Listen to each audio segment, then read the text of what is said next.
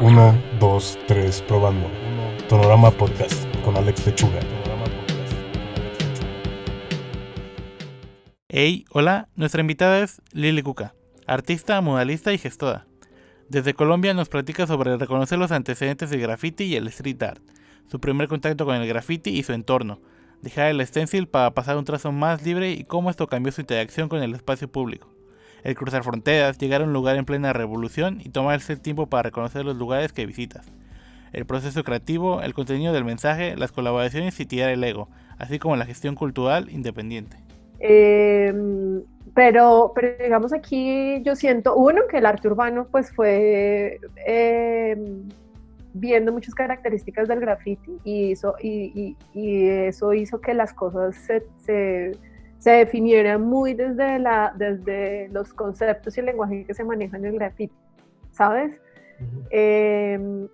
Pero yo siento que, o sea, no hay nada malo en que seamos comerciales, pero también hay que ser conscientes de lo que ha pasado aquí para que ahora tú puedas ser parte de esa parte comercial.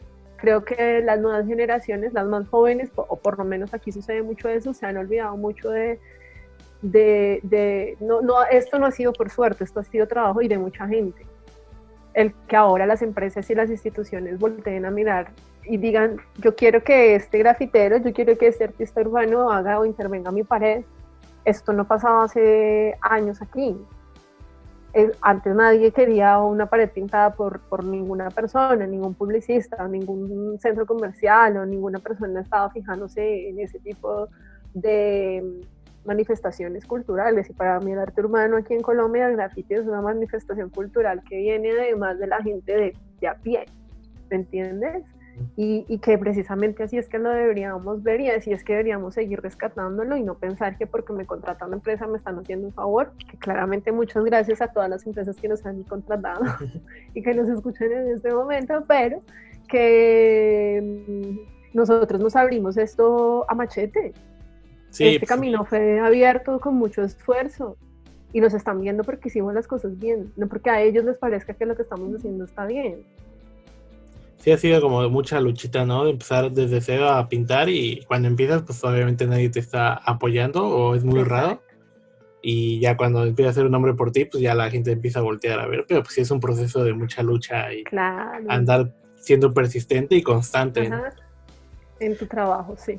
Pero podremos estar hablando mucho de este tema, pero también está chido hablar sobre ti, Lili, y que nos cuentes cómo empezó todo este rollo de... Sobre ti, pues, ¿empezaste a dibujar desde niña o en la universidad le agarraste más cariño? ¿Estudiaste arte? ¿Estudiaste diseño? A ver, yo esto fue un encuentro, esto no fue así como que era la vena, seguro tengo la vena, por ahí me metí artística, sí, pero yo crecí en un pueblito cercano aquí a la capital y allá tenía un montón de manifestaciones culturales que no tenían nada que ver nunca con el arte, digamos así directamente, para decir que tenía una vena innata, no.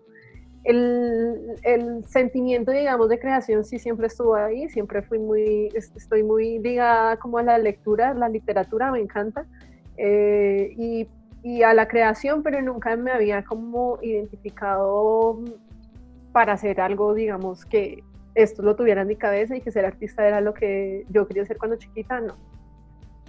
Estaba más segura de que iba a ser veterinaria que cualquier otra cosa. Y cuando me vine a vivir acá a Bogotá para terminar mi bachillerato, tuve la gran oportunidad de ver en las periferias de la ciudad, porque yo entraba por el norte de Bogotá cuando venía aquí a Bogotá y veía muchas cosas pintadas en las paredes, letras, y me encantaban, me parecían tan desorganizadas y tan feas ahí puestas que siempre me quedaban mirándoles, ¿quién pintará eso? Y empecé a descifrar los nombres y empecé a mirar y me empezó a llamar mucho la atención que cuando teníamos, no sé, viajes de vacaciones con mis papás, por ejemplo, que salía por el otro extremo de la ciudad, acá es muy loco porque aquí el norte casi siempre está habitado por gente que tiene un mejor estado económico y el sur la gente no tiene tan buen estado económico. Allá también habían esas firmas y esas cosas, entonces me parecía, yo decía, ¿será que se viajan todo eso para venir acá? Pero no, las del sur para mí las del sur eran mucho más chimbas que las del norte. Y siempre lo tuve como ahí en mi cabeza dándome vueltas que había gente que hacía unas firmas. Yo en ese momento no tenía ni idea de nada de esto, te estaba hablando de cuando era una niña, de no sé, 10, 11, 12 años, pero fui creciendo y entonces me fui encontrando con el barrio donde llegué a vivir, con gente que estaba haciendo rap, con gente que estaba pintando. Y pues claro, yo venía de un pueblo donde eso era una cosa que no se hablaba, yo no tenía ni idea que era el rap, que era nada de este tipo de manifestaciones urbanas. Y en el colegio conocí a alguien que se hizo muy buen amigo mío, que tuvimos una relación de hermandad increíble y con él empecé a descubrir Bogotá de la mano de él, que encontré como todo este tipo de cosas que empezaron a llamar mi atención.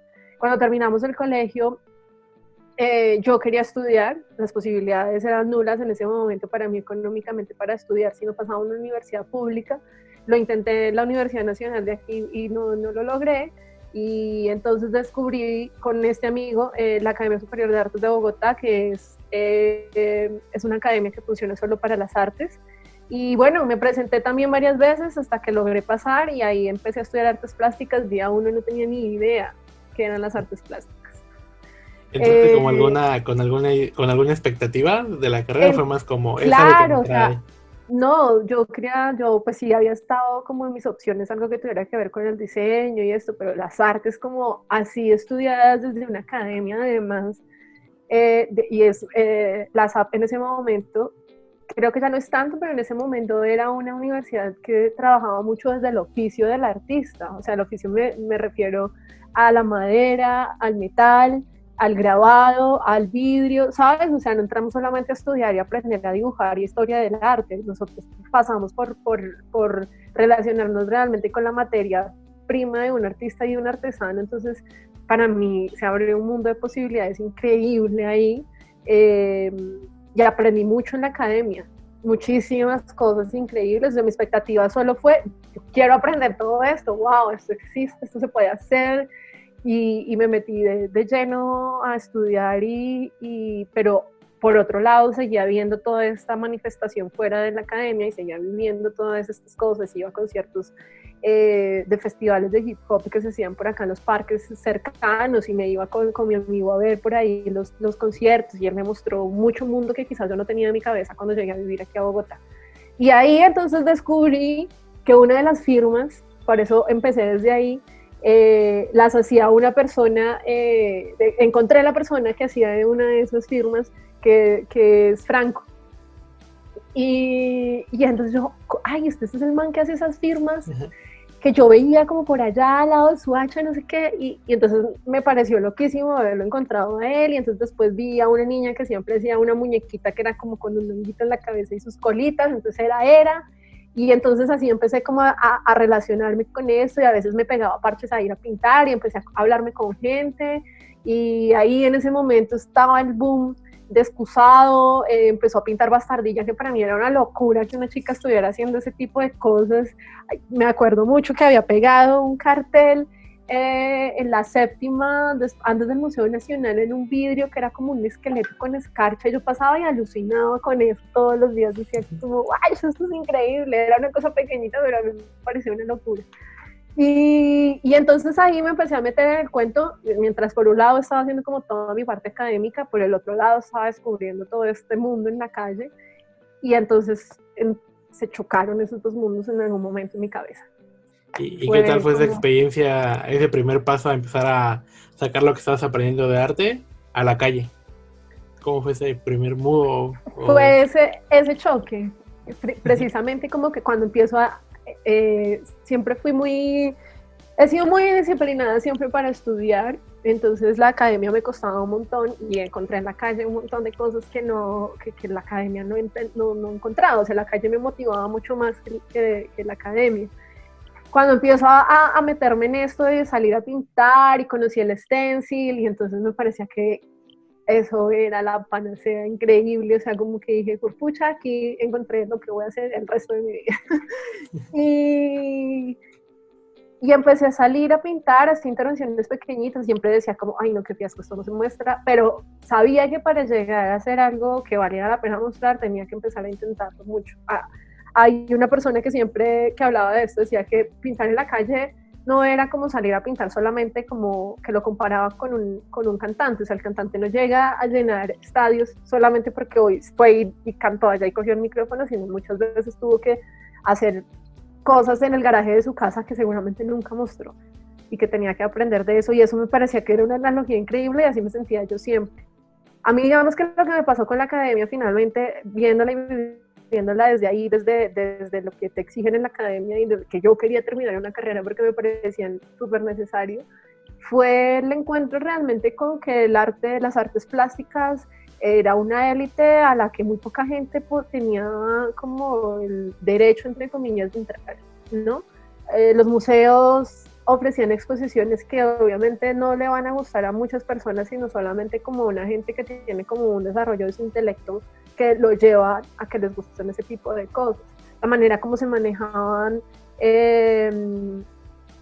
las exposiciones, todo este cuento de la museografía, todo este cuento de cómo los galeristas escogen a dedo las personas que participaban en las en sus exposiciones, toda esta élite que se arma de las galerías y que finalmente más o menos de eso íbamos a vivir quienes estudiamos artes plásticas, fue como, uy, yo no quiero entrar en esto. Y empezaron a pasar muchas cosas, y entre esas que el presupuesto que tenía la universidad se redujo un montón por ciertos cambios que hubo, y entonces nos unimos un parche de gente y empezamos a gestionar que las cosas que pasaban dentro de la universidad siguieran pasando. Entre estas era un festival que se hacía, que se llamaba Casa Abierta, que nos cortaron el festival por esa reducción de presupuesto que hubo, y entonces nosotros nos inventamos un festival que se llamaba Esta Casa Sigue Abierta. Todo eso era en medio de una ilusión que teníamos de ser unos jóvenes adolescentes estudiando artes plásticas, voladísimos todos, pero eso me abrió a mí los ojos y yo dije, la gestión cultural independiente es el camino. Y entonces supe que iba a terminar la carrera en algún momento, porque me empecé también a como alejar mucho de la carrera, pero sabía y tenía clarísimo que todo esto que me ha mostrado la academia era algo que me servía a mí como para reeducar mis pensamientos y para adaptarme a la ciudad. Realmente primero no soy una persona citadina, pero que claramente el futuro no era seguir poniendo más ladrillos a ese muro que crean las élites de las artes plásticas, sino que había que buscar una manera de generar que el arte le llegara a la gente, y que si había maneras de hablarlo y que la gente se identificara con eso, cómo era, y eso era lo que estaba encontrando en todo esto que te estoy contando, que veía en la calle y de esas manifestaciones y estas cosas que estaban pasando. Y poco a poco, la verdad es que no tengo como un día a día de cómo llegué hasta aquí, pero creo que fue la constancia y la perseverancia, y que me he equivocado 200 veces, pero que voy aprendiendo de eso, ¿no? O sea, empecé haciendo stencil, y recuerdo que en la segunda vez que salí del país me invitaron a un festival en Brasil, y en algún momento cuando llegamos a Río de Janeiro nos fuimos a pintar a la playa. Yo llevaba ese mamotreto de cartulinas y mis stencils y no sé qué, y dije, yo no quiero seguir haciendo stencil, y las boté. Las dejé tiradas, pinté y dije, esto fue mi último stencil, nos vemos. Las personas que iban conmigo me miraban como, ¿qué estás haciendo? Y ya fue un momento en el que dije, necesito explorar otras cosas porque a mí se me va la vida cortando, y yo necesitaba como empezar a ver otras cosas. Admiro profundamente a la gente que hace stencil y conozco a ciencia cierta que es de tenerse a hacer todo eso, pero yo no tuve la disciplina para generar imágenes con lo que implica hacer stencil, ¿no? Entonces como que me gusta más relacionarme más directamente con el muro. Y ahí hubo una partida de muchas cosas. El abandonar el stencil me hizo detenerme en mi proceso, empezar a ver la gestión para hacer también, o sea, para poder ejecutar más proyectos también que tuvieran que ver con el grafiti y el arte urbano. En ese momento había muchos casos que se estaban proyectando también como espacios independientes, y fue un gran aprendizaje para todos. Si están escuchándolo, ellos saben quiénes son, y todos los que hicimos parte de esas casas en ese momento, fue increíble experiencia ver a gente apostando el todo por el nada en ese momento, porque pues nadie había todavía como volcado sus ojos. En ese momento no existían el tipo de convocatorias, digamos, que se hacen ahora para los espacios independientes y todo eso. Eso era pura autogestión, vendiendo cerveza y haciendo fiestas con artistas que se podían mantener esas casas. Y ahí empezó todo para mí. Ahí ese fue como mi gran punto de partida, el darme cuenta que la academia era una cosa que me servía solamente a mí y que yo lo que quería era hacer intervenciones urbanas. Ajá, siguiendo la mano de la autogestión, ¿no? Sí, la autogestión. Y uno de los puntos que se me hizo que me saltó mucho fue como el que dejaras el stencil y empezabas a tratar directamente con el mudo. ¿Cómo fue esa evolución? Porque me imagino que tu proceso creativo cambió mucho. Sí, y tardé muchísimo en recuperarme. Eso fue como cuando tienes ¿Cómo fue ese proceso para ti? Loquísimo, porque además ese viaje a Brasil lo hice con gente que admiraba muchísimo. Yo me sentía pues súper contenta. Estaba con Os Montaña en ese momento, estaba con Rolo Campo, estaba con Ice, con Lucho de Argentina, y ellos son personas con una perspectiva del dibujo y un conocimiento del color y la composición increíbles. Y en ese viaje me di cuenta que necesitaba ser un poco más libre con mi trabajo y que debía explorar otro tipo de cosas que me permitieran sentirme más afín a lo que hacía. Y pues salieron todas las inseguridades en ese momento, ¿no? Como venía haciendo rostros y venía haciendo mucha figura humana que te permite ser muy exacto el stencil. Me atrapó el miedo a volver a hacer algo que no quedara igual de bien, entre comillas. Entonces empecé a pintar muchos animales, empecé a hacer otro tipo de cosas y fui el haz de reír durante mucho tiempo de mucha gente. Eso llegaba y pasaba por mis oídos, así como hacían chistes sobre lo que yo hacía y no sé qué, y dije, nah, este es mi proceso y mi modo, estoy dibujando. Alguien una vez hizo que hay unas chocolatinas que son chiquiticas y que traen unas estampitas que son las chocolatinas Jet y que siempre han sacado animalitos y cosas así, entonces hacían chistes con respecto a eso, que yo solo hacía estampitas para dibujitos como de chocolatinas Jet. Y era realmente mi proceso, era estarme equivocando seguramente o siendo muy asertiva, pero yo necesitaba explorar cosas que me permitieran soltarme de la idea de haber hecho stencil, porque el stencil te permite ser muy ágil en el muro, muy preciso, digamos, a la hora de ejecutar en el muro y no te deja, no tienes tanto chance al error, digamos, ¿no? Tú vas muy a la fija. Las personas que llegan al muro con stencil van a la fija, van ahí, a lo que se va al muro, que está buenísimo porque te ahorra un montón de tiempo de trabajo en el muro, pero yo entonces necesitaba de verdad, creo que un poco ahí también me jugó mi pasada, el haber corrido tantos años en la academia, el haber aprendido tantas cosas, que necesitaba explorar más mi creatividad y me tardé años, muchos años en encontrarme donde estoy ahora, digamos, en cuanto a la imagen, y sé que es un proceso que no termina y que agradezco enormemente haber dejado de hacer stencil, lo que vuelvo y digo, toda mi admiración y respeto para todos los compas que hacen stencil, pero para mí fue un momento que definió mucho también mi camino.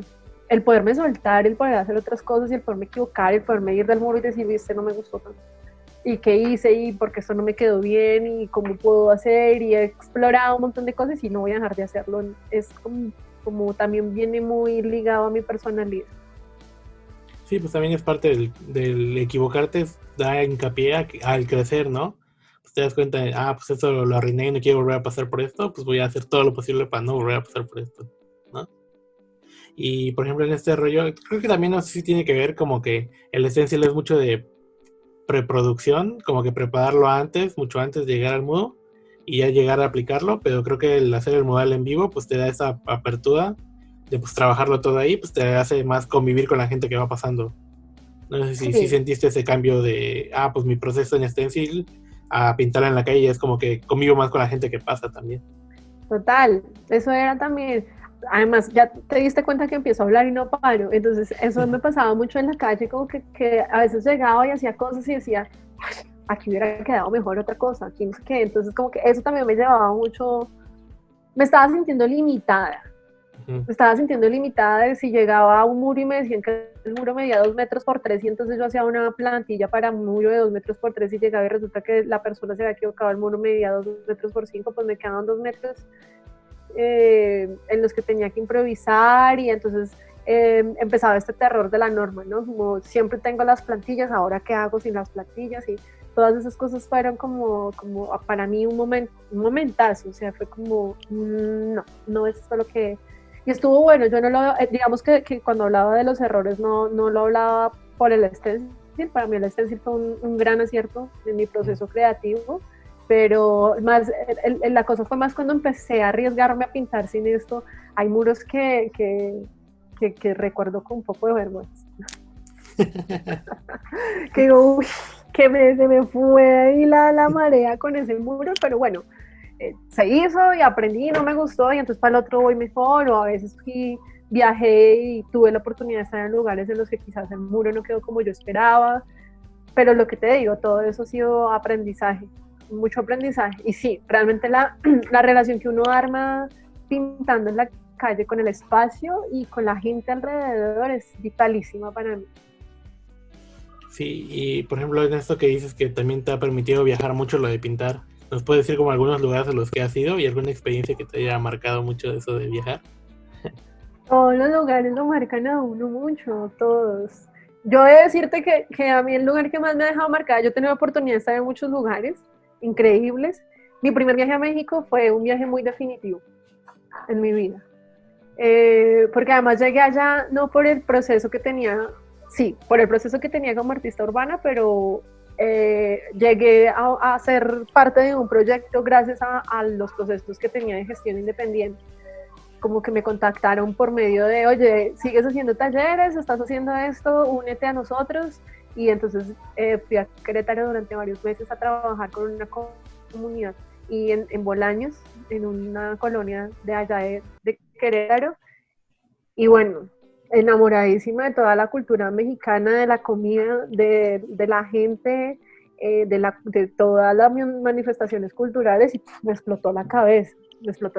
Y ahí tuve la oportunidad de ir a Holbox a un festival que se llama IPAF, no sé si lo sigan celebrando, y ya en Holbox me encontré con vieja data de amigos y conocí de otros amigos más, y fue muy lindo como la experiencia ahí, y México ha sido un lugar que me ha recibido ya varias veces con los brazos abiertos y donde siempre salgo con muchísimos aprendizajes, y me encantaría volver. Una de mis frustraciones es que justo para esta época yo debería estar subiéndome a un avión para irme a México, pero bueno.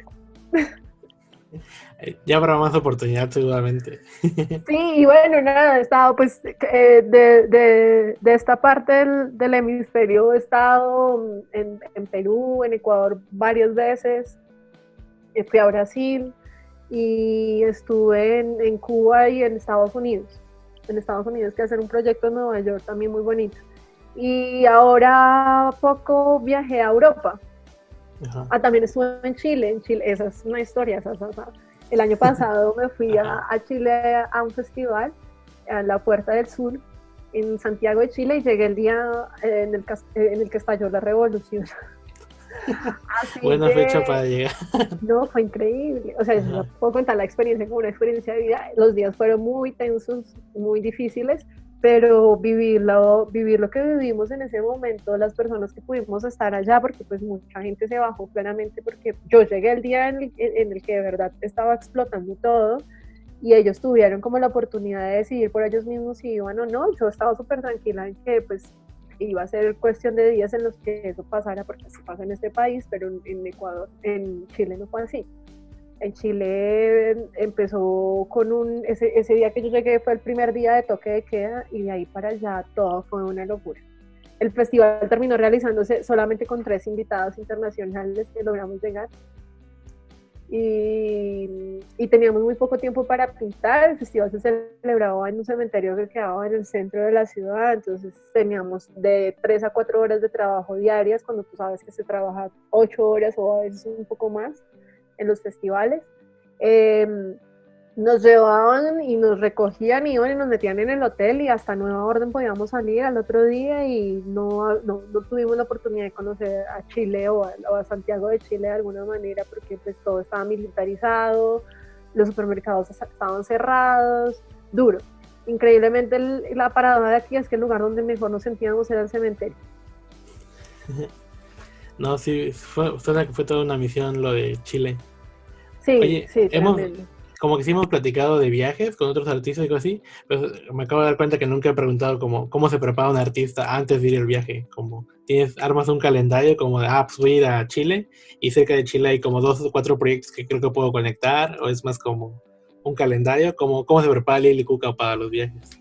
Sí, cuando los viajes han sido largos y sé como que de aquí me puedo ir allá, que digamos fue lo que me pasó con México, Cuba y Estados Unidos, se hizo así. En México, yo me fui a México casi por un poco más de medio año, porque tenía trabajo fijo con esa universidad para el proyecto que te digo que de Taro por fueron como 2 o 3 meses, y después de eso iba al Festival de Holbox, que eso se dio ya estando allá.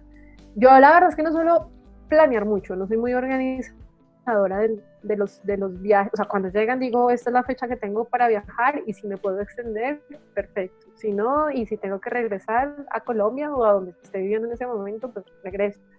Eh, para mí lo más importante es relacionarme con el lugar. Suelo pedirle a las personas que me llevan a viajar, a los que me proponen los viajes, que me dejen unos días antes.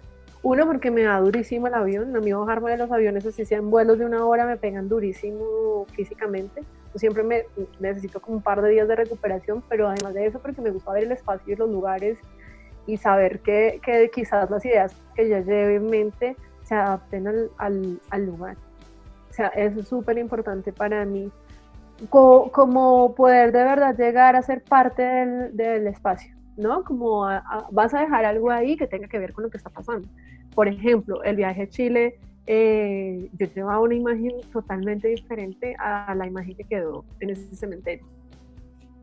Porque pues la imagen que quedó es una chica con el brazo arriba, como luchando, y lo que pasó, lo que yo llevaba era otra cosa totalmente onírica de otras vainas, y esa imagen surgió por la situación que estábamos viviendo y lo que veíamos en la calle todo el tiempo, lo que vivimos también. Yo creo que es súper importante que uno tenga claro el tiempo que tiene de viaje, ¿no? Cómo puede conectar con otros proyectos, como sucedió, digamos, a mí lo de México fue muy casual, pero todo se dio así como a pedir de boca. Yo después de que terminé los proyectos de México, llegó el de Cuba, y pude viajar a Cuba y regresar a México después, y de México vine a Colombia por unos meses porque tenía que terminar unas cosas, y ahí pude ir a Estados Unidos al otro proyecto.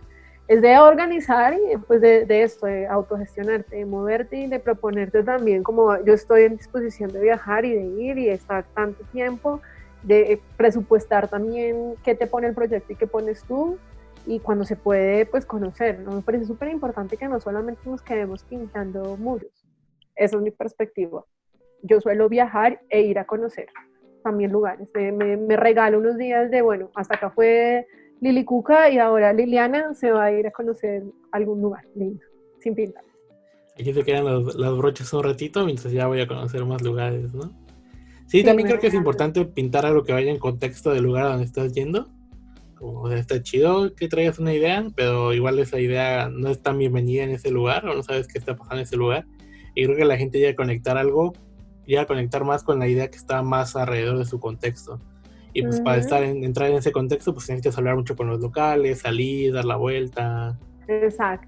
Bueno, yo apliqué mucho eso en Colombia, o sea, sí llegué el medio día del festival, pero sí también traté de hacer una investigación previa de apps que hay en Colombia, de esto de que es como ciertos elementos gráficos igual, y pues llegar y fue platicar con la banda local, como irme empapando un poquito de los lugares que estábamos pintando, pues, para que tenga una conexión también con la gente de ahí y no llegar como a imponer algo. Sí, total. Eso es súper importante. Para mí es eso, o sea, para mí, si me preguntan a mí personalmente, es eso. Yo, claro, la oportunidad de ir y pintar la aprovecho al 100%, pero me parece que es súper vital que las personas que vamos a donde sea, si seguimos de turistas, pues seamos personas con la capacidad de empaparnos también de la cultura y de la gente que está ahí, ¿no? O sea,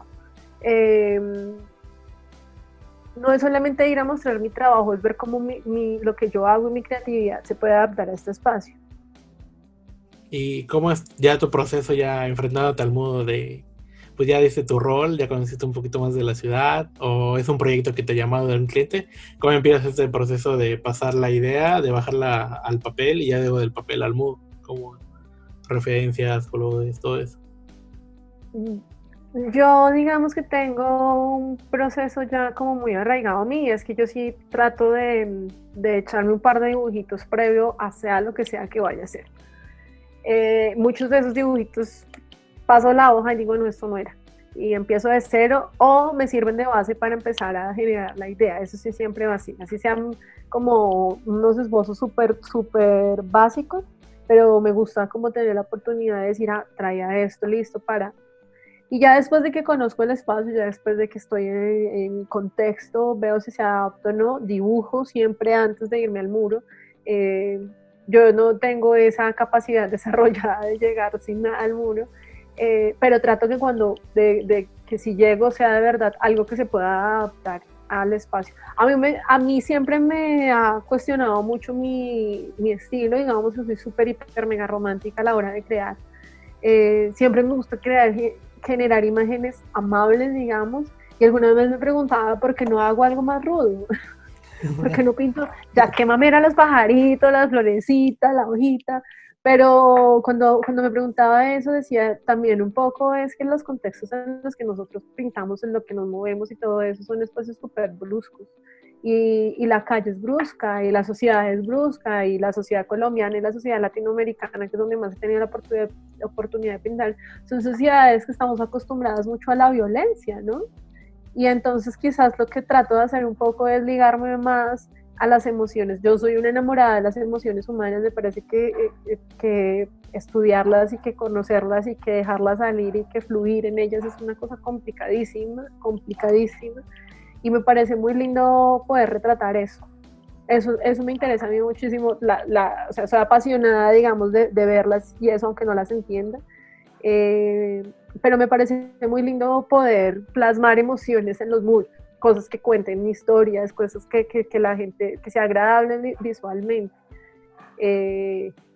A veces entro en unas búsquedas de, quiero hacer algo más rudo y siempre termino otra vez ahí en mi lado romántico. Pero eso, y en los colores, ahorita estoy muy casada con unas paletas de colores. Antes también trataba de como adaptarla mucho, pero siento que en esa búsqueda de identidad que uno tiene de la imagen termina también haciendo matrimonios ahí con las paletas, con las técnicas, con las formas, con los utensilios que utilizas. Digamos, una cosa que estoy haciendo ahora es que estoy tratando cada vez de usar menos aerosol, cosas así.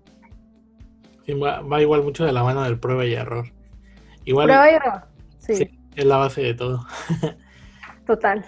Oye, y como, pues sí, creo que también tiene mucho que ver eso que estás diciendo, porque yo también soy mucho de hacer cosas como que un poquito positivas y cosas así, pero también es como este rollo de, pues en las noticias, siempre es como que, pues, estamos muy acostumbrados a ver noticias de corrupción, muerte, como que noticias muy de cosas negativas, súper ¿no? duras, sí. Ajá. A noticias fuertes, y creo que está chido darle a la gente un contexto que no les haga recordar eso, ¿no? Como dijiste, pues estamos hablando de un espacio público donde pasa la gente, convive, y pues no está tan chido que, aparte de recordar todas las cosas malas que están pasando en los medios, salir de su casa y ver algo, pues que ellos al final de cuentas ven más seguido que uno que solo va y pinta, ¿no?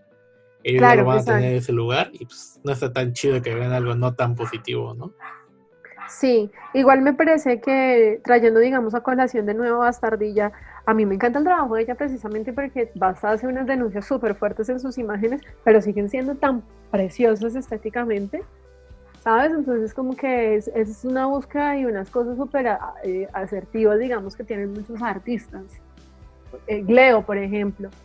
Bueno, también es que yo soy así, pues una fiel admiradora de estas dos muralistas colombianas que me parece que son ya zafadísimas en su creación, pero eso, ella también hace unas imágenes que son preciosísimas, pero unas imágenes con una contundencia emocional también súper fuerte. O sea, si uno se pone a hacer unas lecturas de las imágenes que ellas crean, una es una alta denuncia, no sé, a la minería, al maltrato de la mujer, a las condiciones que tenemos las mujeres en el mundo, pero Leo también hace unas cosas, unas denuncias también emocionales hermosísimas. son como esas diferentes formas de proyectar lo que uno siente y quiere comunicar. Y pues sí, a veces te das cuenta de que los artistas como que le dan la vuelta a los temas para que visualmente no sea algo que te impacte de forma negativa, pero que al momento de verlo sí te haga reflexionar, que creo que es una parte bien importante de lo que hacemos, ¿no? Como que el que te invita a reflexionar y romper un poquito tu rutina. Total, o sea, es que para mí, yo siempre dije, cuando me preguntaban por qué hacía esto, yo decía, esto es una forma de comunicación impresionante. O sea, el arte urbano es un sistema de comunicación. Y los que tenemos esa herramienta tenemos que saber utilizarlo. Digamos, yo tengo unos intereses políticos personales súper fuertes por la pues como ideologías que habían en mi casa con respecto a mi mamá y con respecto a mi papá, ¿sí? Y de la manera, o sea, yo crecí con gente que tenía unas movidas sociales y políticas súper fuertes. Yo no me he atrevido todavía, digamos, a manifestarlo en mis imágenes precisamente por eso, porque yo hago mis cosas aparte para seguir siendo parte de esas cosas con las que crecí, pero visualmente todavía no logro encajar esas cosas para poderlas poner dentro de la estética de mi trabajo. Sí, igual es luego mucho también como ir, pues ese rollo de empezar a conectar ideas y saber, al final de cuentas, pues igual es algo que más trae, ¿no? Como que ese rollo más positivo en tu obra. Igual es como, pues el político, pues a veces también es chido separarlo un poquito, pero pues nunca dejarlo de atrás, ¿no? Sí, creo que también un poco, digamos, ahorita siempre me ha interesado mucho el tema de lo femenino en mis imágenes. Antes tenía un cuento así de la mujer y bla, bla, pero bueno, menos mal nuestra cabeza cada vez se vuelve más amplia con todo lo que está pasando ahorita y este despertar femenino que hay en el mundo. Me siento súper enlazada con eso, porque además me ayuda a conectar mucho también con ese lado que estoy descubriendo de mí, y esa reconciliación, digamos, con lo femenino que existe ahora en mí, que sé que le está pasando a muchas chicas también en el mundo. Entonces, digamos que esa ha sido una cosa que me ha permitido conectar más con mi trabajo y que siento que va ligado a esas manifestaciones, o sea, como que todo lo romántico que siempre ha sido impuesto a nuestras personalidades femeninas, también es un asunto político y social y que atender. Sí, de lo que ves en tu trabajo es que también es mucho de la figura femenina, pero en una posición más muy comunicativa y como que siempre tiene esa fortaleza que da tus piezas. La última vez que me fui me estaba yendo de Bogotá y topé uno de tus modales que habías hecho y no manches, verlo en persona pues se me hizo bien chido antes de irme. Y pues sí, era ese modal, creo que era una chica de frente, pero pues sí traía toda la actitud y cosas así. Se me hizo una buena pieza para irme de Colombia. Siempre estoy buscando fortalecernos, porque siempre estamos siendo mostradas, sí, creo que nos catalogan muy desde las emociones, ¿no? Como si fuera malo ser personas emocionales. Y me parece súper importante rescatarlo desde ahí. Gracias que te haya gustado. No, sí, de por sí me gusta mucho tu chamba y es como, está bien conocer esos contextos de qué es lo que te mueve y también qué es lo que te mueve a empezar a pasarlo a lugares públicos. Y también pintar, también te toca hacer muchas colaboraciones con varios artistas. ¿Cómo es tu proceso? ¿Cómo es la comunicación de empezar a colaborar con otros artistas que a lo mejor ya tienes comunicación previa o es como llegar y de la nada empezar a darle? ¿Cómo tú solucionas eso?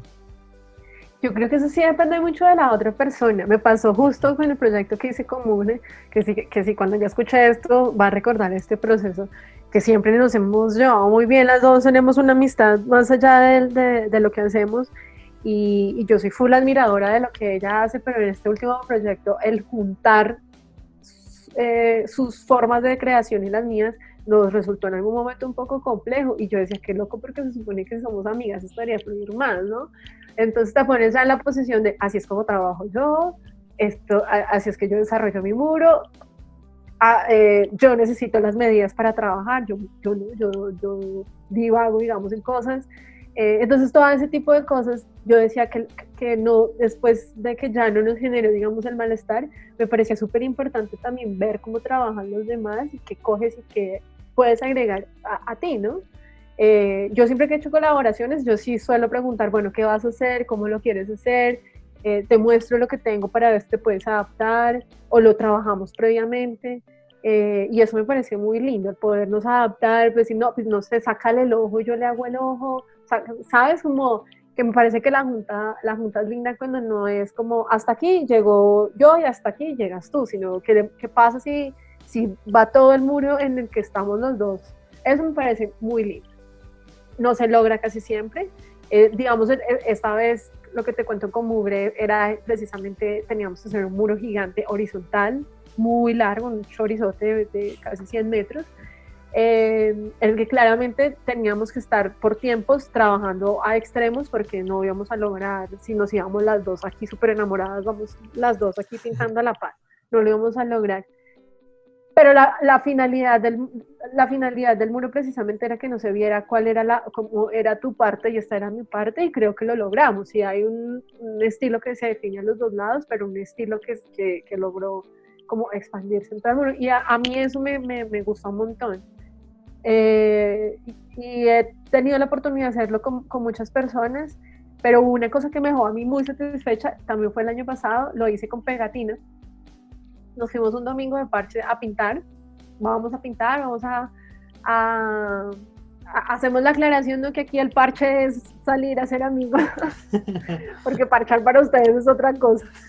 Y bueno, nada, salimos a un domingo, nos fuimos, él vive en un pueblo acá cercano y me invitó, salimos y dijimos, bueno, vamos a conseguir el muro, él ya lo tenía visto, llegamos a pintarlo, yo llevaba una idea y él llevaba otra y fue súper bello como él dijo, no, vamos, ¿qué quieres hacer? ¿Cómo lo quieres hacer? Así, me puedo adaptar así, y el resultado fue bellísimo. Te pasaré la foto para que la tengas ahí. Ese tipo de cosas en las que nos estamos preguntando, oye, si ponemos esto aquí, ¿y qué pasa si hacemos esto? Como cuando vas con la disposición de aprender también de tus compas. Yo personalmente, digamos, siento que los mayores aprendizajes en cuanto a técnicas y formas de intervención en el espacio han sido viendo a los otros compas. Sí, también es mucho de... Creces mucho cuando te quitas esa barrera de que te lo sabes todo y empiezas a hacer preguntas y es como, oye, quiero mejorar aquí, quiero mejorar acá. Y creo que las colaboraciones sí dan mucho hincapié a que mejores con la otra persona, porque sí tienes que quitar un poquito abajo tu como ego, por así decirlo, de artista. Sí, el ego. Y buscar este punto medio, como tú lo dices, que no sea como, la mitad de aquí para acá es mía y la otra mitad para acá es tuya, ¿no? Es como si es mucho diseccionar el trabajo de ambos y que quede... como si fuera un tercer artista el resultado, ¿no? Total.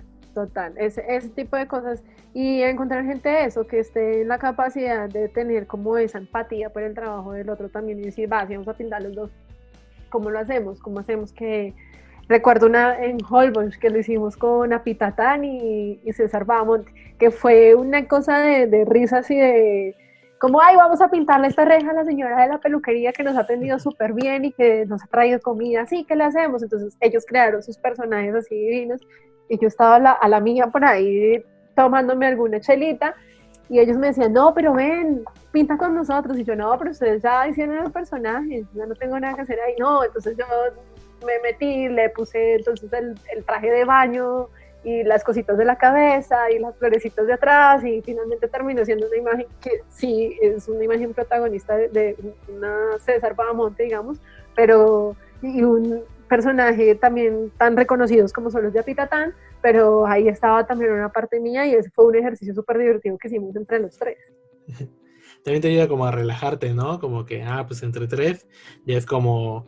me puedo soltar un poquito más aceptar un poquito más el error si llega a salir mal, y es como va más de la mano de la experiencia y dejar una pieza que al final es una pieza que al final da mucha buena vibra por el proceso que dio eso, ¿no? Total, ella salía y estaba encantada de ver que salía y entonces estaba el uno pegado a la reja pintando no sé qué, nos daba algo, se entraba y cuando volvía a salir me encontraba a mí, ya no estaba él, sino estaba yo ahí, no, pero pongámosle, sí, es como el proceso rico, esos procesos en los que no hay tantas expectativas y no estás más como en la experiencia. Y hablando como de esa parte de procesos, ¿qué tal ha sido tu experiencia como gestora cultural? Que también es algo que has hecho mucho, ¿no? ¿Cómo empezó también? A mí esa parte me encanta. Empezó con lo que te conté. Yo descubrí la gestión en la universidad, retomando la historia del Festival de la SAP. se llama Casa Abierta y era un festival que cuando nosotros entramos a estudiar, eso fue en el 2003, se celebra, era un festival que tenía mucho auge, digamos, en el gremio artístico, porque no solamente se exponía lo que se hacía dentro de la academia, que en teatro y danza son muy cracks a nivel nacional e internacional, y en artes plásticas también tenía unos procesos muy lindos que mostrar y con maestros también que estaban enseñando cosas increíbles dentro de la academia, que eso era un plus, digamos, no estabas estudiando solo con profesores universitarios, sino con gente como Humberto Giangrandi, que es un italiano que se vino hace muchos años a vivir aquí a Colombia y que hizo un proceso con el grabado impresionante para todos nosotros, y la obra que él produjo y que ha producido. Entonces tener clases con Humberto Giangrandi era para todo el mundo como una cosa así, wow, ¿sabes? Y además de mostrar todos esos procesos que se hacían conciertos con artistas tipo Aterciopelados, Jorge Velosa, que es un carranguero de aquí. La música carranga es una música de cuerda que se hace en el área andina, y que son representantes de la cultura increíbles, y hay gente impresionante, y directores de teatro increíbles, y obras de teatro increíbles, y danza impresionante, y compañías de danza de otros lugares, y de repente el presupuesto se cierra y te dicen que ya no van a hacer más el festival, cuando eso era un momentazo que tenía la universidad y nosotros con otro grupo de gente que siguen siendo mis amigos más cercanos hasta el día de hoy, nos pusimos la 10 y dijimos, pues no se va a hacer, no se hace con plata, se hace sin plata. Y esta casa sigue abierta, así se llamó el festival. Hicimos sin un peso. Claramente no pudimos llevar a Terciopelado ni nada de eso, pero lo hicimos. Y nos echamos una gran cantidad de enemigos encima que no estaban de acuerdo con que lo hiciéramos, pero eso nos enseñó mucho a todos. Ellos siguieron, digamos, la cabeza del proyecto, siguieron haciendo procesos de gestión. Yo me quedé más en la producción de hacer mi obra en ese momento. Pero después de cierto tiempo empecé a darme cuenta que yo también podía hacer gestión, y fue cuando pasó lo de estas casas, que eran espacios culturales independientes en los que de repente alguien me decía, ay, deberíamos invitar a fulano y a no sé quién y que haga una intervención aquí, y hacemos estampado de camisetas y hacemos stickers y nos parchamos acá una noche todos y vendemos pola y sacamos esto por internet. Ahí el internet ya estaba generando su gran fanaticada y vamos a hacerlo. Entonces empecé muy inocentemente, digamos, a hacerlo hasta que o sea, no he tenido, digamos, la oportunidad académica de aprender mucho de la gestión, pero me metí ahí. Después fui encontrando gente que me fue enseñando más camino, y he tenido la oportunidad de hacer proyectos increíbles. Hicimos un proyecto hace muchos años con una casa que se llama La Redada, que es como para mí ha sido una maestra de vida ese espacio cultural, y con otra compañera hicimos una propuesta para hacer un proyecto que finalmente terminó siendo parte de una beca en la que ellos incluyeron el proyecto y que se logró hacer, y fue hacer un festival abierto en una avenida que estaba sufriendo todas las consecuencias de la gentrificación aquí en Bogotá.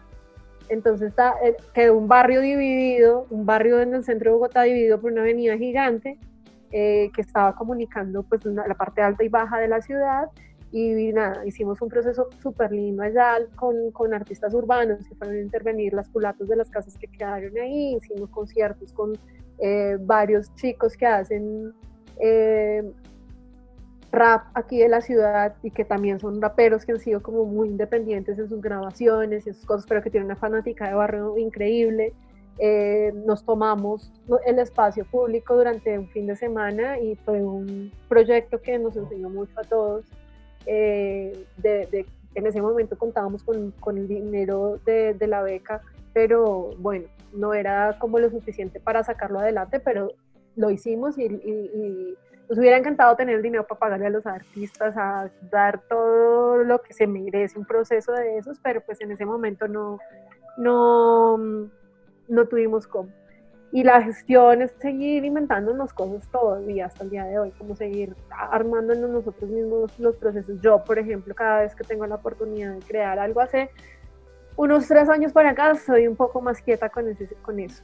Pero creo que el poder tener la capacidad de generar procesos y proyectos de la nada en donde sea, además, donde estemos nos permite también visibilizar nuestro trabajo de otras maneras, integrarlo realmente al sentido que le dimos a hacer intervenciones urbanas.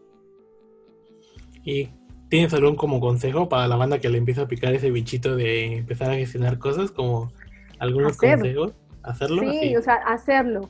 Yo creo que sí, ya, o sea, como que aprendí también a que hay que tener mucho orden, ¿no? Los que han hecho procesos conmigo saben que cuando yo me pongo intensa hay que hacer el drive y hay que escribir las fechas y hay que hacerlo. Hay que hacerlo porque finalmente del éxito de tu proyecto y del éxito de tu proceso depende que puedas seguir haciéndolo y que la gente te crea, ¿no? Entonces sí me parece, o sea, siempre hay que creerse el cuento, ser súper organizado con lo que se va a hacer, con el presupuesto que tienes y el que no se tiene y cómo vas a buscar ese presupuesto. El papel y todo escrito es una cosa que es súper gratificante, o sea, tanto para hacer un negocio como para que tú recuerdes tus ideas, es mejor todo escrito. Y tener una red de apoyo. Una red de apoyo, una mano derecha que te ayude a gestionar, una mano derecha que te ayude a buscar los contactos, o sea, tener mucha gente que crea que lo que van a hacer es posible, ¿no? Y como una data de confianza muy fuerte ahí, que contar con gente que de verdad crea que aunque en el momento no va a haber una muestra, digamos, de dinero y que ese va a ser el pago de tu trabajo, se apuesta el todo por el todo. Muchas veces uno empieza en esto y todavía me pasa que todavía hacemos muchas cosas en las que no vamos a recibir ningún tipo de ganancia, pero que lo hacemos solo por la fe de vamos a lograr. Vamos a hacerlo, vamos a sacarlo y con esto podemos intentarlo 1, 2, 3 veces más y seguramente en otro momento va a haber ese ingreso. Ya en ese momento, digamos, aparecen más proyectos en los que hay plata, porque finalmente pues todos vivimos de eso. Pero creo que es eso, como si lo vamos a hacer, vamos a hacer bien. ¿Qué queremos hacer? Escribirlo, cuáles son sus pros, cuáles son sus contras, a quién se lo vamos a dirigir, cómo vamos a conseguir el dinero para hacerlo, qué necesitamos para hacerlo. Porque ahí, no sé, gestión que solamente vamos a hacer una exposición dentro de un espacio que ya tenemos, como pasa en Jauría y como viste que sucedía allá, que la gestión era más llevada por quien llegaba a pedir la casa prestada y qué exposiciones se van a hacer y la manera como la persona que dirige la casa, que es Camilo, se maneja con las personas que le piden la casa prestada. Entonces digamos que el manejo del dinero es otra cosa, pero si ya quieres un proyecto tipo estar afuera en la calle, ¿qué se necesita para eso? ¿Cómo lo vas a hacer? ¿De dónde vas a sacar el dinero? ¿Qué puertas se pueden golpear? ¿Qué necesitamos hacer previo para eso? Eso es lo que creo. Siempre hay que creer que es posible. No desfallezcan, por favor, es lo que les pido a la banda, que ya llevamos tiempo en esto. Un poco más de lealtad, sí, a la situación. Que todos iniciamos a pintar sin tanta expectativa, digamos. Creo que eso nos pasó a todos los que llegamos hace tiempo a esto. A la nueva generación, yo la invitación que hago siempre es a informarse. Esto también tiene una historia, esto también tiene gente que permitió que ahora se pueda pintar como pintamos, esto también tiene un largo trayecto de gente que ha permitido y abierto las puertas para que ahora en nuestros países lleguen las pinturas que llegan. Hay mucha historia detrás de la gente que ha podido hacer marcas de aerosoles y de pintura para hacer intervenciones en espacios públicos, para hacer intervenciones en la calle. Entonces hay mucha tela cortada ya, previa a que ahora las cosas sean un poco más, no fáciles, pero se dan con mucha más agilidad, que es lo que se nos da.